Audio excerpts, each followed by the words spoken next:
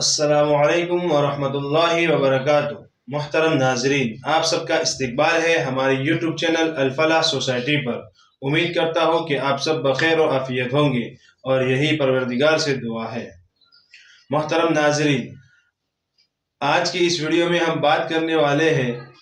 اسلام کی سب سے پہلی لڑائی غزوہ بدر کے بارے میں۔ جیسا کہ اس سے پہلے والے ویڈیو میں ہم نے غزوہ بدر کے بارے میں کچھ باتیں بتائی تھی، جس میں ہم نے مسلمانوں کی تعداد کے بارے میں ذکر کیا تھا، مسلمانوں کے ساز و سامان کے بارے میں ذکر کیا تھا، اور سامنے والے مکہ والوں کے ساز و سامان اور ان کے تعداد کے بارے میں ذکر کیا تھا،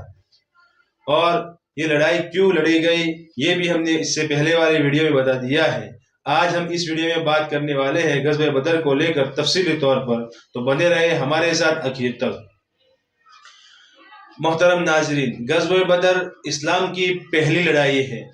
اسلام کی سب سے پہلی لڑائی غزوہ بدر ہوئی تھی، جو فیصلہ کن لڑائی تھی۔ یہ جنگ ایک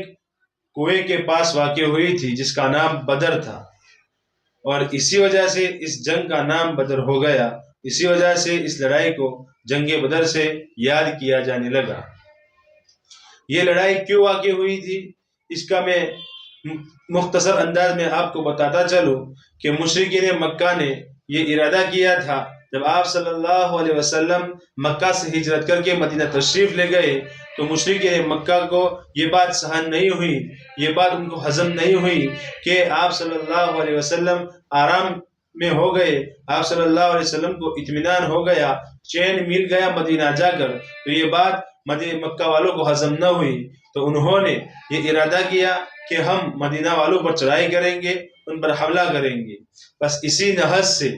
مکہ والوں نے گھر گھر جا کر پیسہ وصول کرنا، زیورات وصول کرنا شروع کر دیا، اور ان تمام زیورات کو لے کر ابو سفیان رضی اللہ تعالی عنہ، جو اس وقت ایمان میں داخل نہیں ہوئے تھے، اسلام میں داخل نہیں ہوئے تھے، مسلمان نہیں ہوئے تھے، ان کو یہ مال حوالے کر کے ان کو ہدایات دی کہ آپ ملک شام جائے اور ملک شام سے ساز و سامان، لڑائی کا جنگی سامان خرید کر لے آئے۔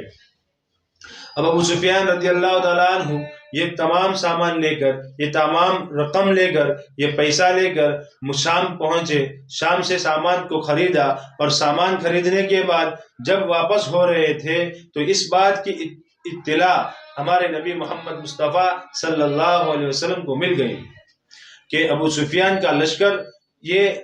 مسلمانوں کو لیے، مسلمانوں کے خلاف کے استعمال کرنے کے لیے سامان ہتھیار خرید کر جا رہا ہے۔ تو اب اس بات کی اطلاع محمد مصطفیٰ صلی اللہ علیہ وسلم کو ہو گئی، تو آپ صلی اللہ علیہ وسلم نے ارادہ کیا کہ یہ سامان جو ہے، جو ابو سفیان جو سامان لے کر جا رہے ہیں، یہ سامان ہمارے ہی خلاف استعمال ہوگا۔ تو آپ صلی اللہ علیہ وسلم نے یہ مناسب سمجھا کہ بھئی اس ہتھیار والے قافلے کو، اس شام سے لوٹنے والے قافلے کو راستے میں ہی روک لیا جائے اور ان سے سامان کو ضبط کر لیا جائے۔ اسی نیت سے لے کر آپ صلی اللہ علیہ وسلم اور ساتھ میں 313 صحابہ ابو سفیان رضی اللہ تعالیٰ عنہ کے قافلے کو روکنے کے لیے چل پڑے۔ ابو سفیان بھی داہیۃ العرب کہے جاتے تھے، وہ فضا کو مہک رہے تھے، فضا کے ہاؤ بھاؤ کو دیکھ رہے تھے۔ انہیں یہ خدشہ تھا، یہ اندیشہ تھا کہ مدینہ والے کہیں حملہ نہ کر دیں، انہیں یہ اندیشہ تو تھا ہی۔ پھر انہوں نے راستے میں چلتے ہوئے یہاں وہاں پوچھتے پوچھتے چلتے رہتے تھے، آخر ایک کنویں پر پہنچے اور وہاں ان کو ایک اونٹ کی میگنی ملی، اور اونٹ کی میگنی سے جب انہوں نے اونٹ کی میگنی کو توڑا تو پتا چلا کہ یہ تو یثرب کا اونٹ ہے، یعنی کہ مدینہ کا اونٹ ہے۔ پھر انہوں نے یہ یقین ہو گیا کہ مدینہ والوں نے ہم پر حملہ کرنے کا ارادہ کیا ہے۔ پھر ابو سفیان رضی اللہ تعالیٰ عنہ نے کیا کیا؟ ابو سفیان رضی اللہ تعالیٰ عنہ نے ایک تیز رفتار گھوڑے سوار کو دوڑا دیا مکہ میں، کہ مکہ میں جا کر اعلان کر لو کہ ہمارا لشکر جو شام کے لیے گیا ہوا تھا وہ خطرے میں ہے، مدینے والے نے ان پر حملہ کرنے کا ارادہ کر لیا ہے۔ ایک تیز رفتار گھوڑے کو یہ پیغام لے کر مکہ میں بھیج دیا۔ جو صبح شام دوڑتا ہی رہا اور مکہ والوں کے پاس جا کر یہ اعلان کر دیا کہ بھئی ہمارا قافلہ جو ابو سفیان لے کر آ رہے تھے ان پر مسلمانوں نے حملہ کرنے کا ارادہ کیا ہے، لہٰذا آپ ہمارے قافلے کی حمایت کے لیے، ہمارے قافلے کے بچاؤ کے لیے تیاری شروع کر دو اور چل پڑو ہمارے قافلے کو بچانے کے لیے۔ یہ اعلان کرنا ہی تھا کہ مکہ کے لوگوں کے اندر آگ پیدا ہو گئی، مکہ کے لوگوں میں جوش پیدا ہو گیا اور مسلمانوں کے خلاف لڑنے کے لیے وہ نکل پڑے۔ یہاں ابو سفیان رضی اللہ تعالیٰ عنہ نے اپنا راستہ، جس راستے سے وہ جا رہے تھے، وہ راستہ بدل کر دوسرے راستہ انہوں نے اختیار کیا۔ جب انہوں نے دوسرا راستہ اختیار کیا تو وہ دوسرے راستے ہو کر سمندر کے کنارے سے مکہ معظمہ پہنچ گئے۔ جب ابو سفیان رضی اللہ تعالیٰ عنہ مکہ پہنچ گئے تو انہوں نے اپنے لشکر کو جو روانہ ہو چکا تھا ان کو یہ اطلاع بھجوائی کہ اب جانے کی ضرورت نہیں ہے، اب ہمارا لشکر سیف ہے، ہمارا لشکر حفاظت میں ہے، اب ہمیں خطرے کی کوئی ضرورت نہیں ہے، کوئی گھڑی نہیں ہے ہمیں خطرے کی، اب ہمیں کوئی خطرے کا اندیشہ نہیں ہے، لہذا آپ لوگ واپس آ جائیں، اب لڑنے کی ضرورت نہیں ہے۔ ابو سفیان نے یہ اطلاع بھجوائی، یہ پیغام بھجوایا، اس کے بعد کافرین کے لشکر میں پھوٹ پیدا ہوئی۔ کافرین کا لشکر جو مکہ سے روانہ ہوا تھا وہ 1300 کا تھا۔ پھر جب یہ پیغام ہوا تو بعض لوگ کا کہنا یہ ہوا کہ اب واپس چلنا چاہیے اور بعض کا کہنا یہ ہوا کہ واپس نہیں چلنا چاہیے بلکہ وہاں جا کر ہمیں ان کا سامنا کرنا چاہیے۔ تو جنہوں نے یہ کہا تھا کہ بھئی اب واپس چلنا چاہیے، وہ 300 کے قریب تھے، تو وہ لوگ واپس ہو گئے اور وہاں سے 1000 کا لشکر مسلمانوں کے سامنے ہونے کے لیے، مسلمانوں کے روبرو ہونے کے لیے نکل پڑا۔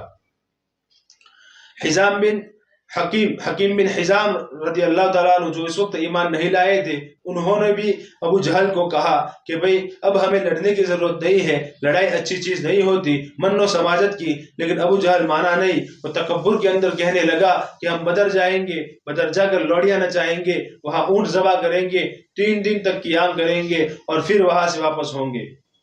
یہ ابو جہل نے یہ فیصلہ کر لیا تھا اور وہ چلتا ہی رہا۔ آخرکار وہ بدر تک پہنچ گیا۔ آپ صلی اللہ علیہ وسلم کا لشکر بھی بدر میں آ گیا۔ آپ صلی اللہ علیہ وسلم کے ساتھیوں تو نکلے تھے ایک چھوٹے سے قافلے کو روکنے کے لیے، لیکن یہاں بدر پہنچے تو پتا چلا کہ اب سامنے ابو سفیان نہیں، یہ تو ابو جہل ہے، 1000 کا لشکر ہے، یہاں 2 گھوڑے ہیں، وہاں 60-70، وہاں 200 گھوڑے ہیں، یہاں